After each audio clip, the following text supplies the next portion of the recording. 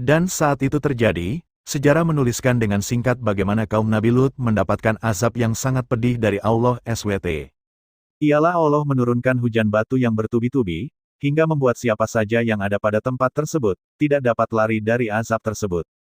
Kemudian Allah balikkan kita mereka, sehingga semua kaum Sodom benar-benar binasa kala itu. Tak hanya itu saja, pada siang hari Allah turunkan petir yang begitu menggelegar, menyambar semua kaum Sodom yang ada di tempat. Kondisi pada waktu itu, kaum Sodom benar-benar hancur, benar-benar binasa mereka. Bahkan jejak daripada mereka pun ikut melebur akibat dari azab yang Allah SWT berikan kepada mereka. Kemunafikan istri Nabi Lut seperti yang sudah kita singgung sebelumnya, bahwa Nabi Lut kala itu mendapatkan tamu seorang lelaki tampan, muda, memiliki tubuh yang sangat atletis.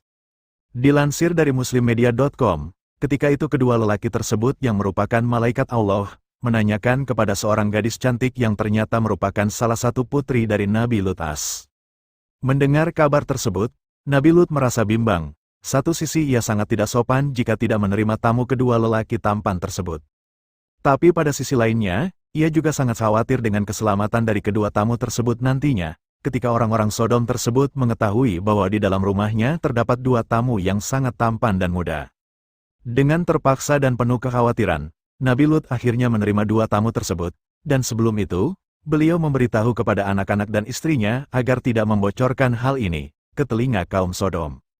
Alih-alih mendapatkan informasi tersebut, istri dari Nabi Lut malah membeberkan informasi kepada kaum Sodom, maka terjadilah apa yang menjadi prediksi dari Nabi Lut Wafatnya Nabi Lut para kaum Sodom datang berbondong-bondong ke rumah Nabi Lut, dan meminta beliau untuk membukakan pintu, dengan tujuan agar nafsu mereka dapat terlampiaskan, mengingat mereka sudah lama tidak melihat lelaki tampan dan muda.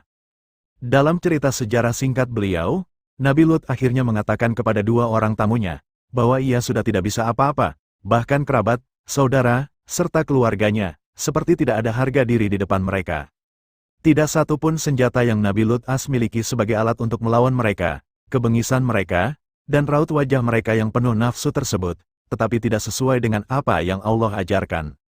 Terlepas dari hal tersebut, dalam sejarah mencatat dengan singkat, bahwa Nabi Lut wafat, menginjak usia 80-an tahun, dan jika dihitung pada waktu masa tersebut, Nabi Lut hidup pada tahun 1950 SD 1870 SM, cukup lama, terlebih dengan perjuangan beliau yang sangat gigih, dan sabar dalam menyadarkan kaum Sodom.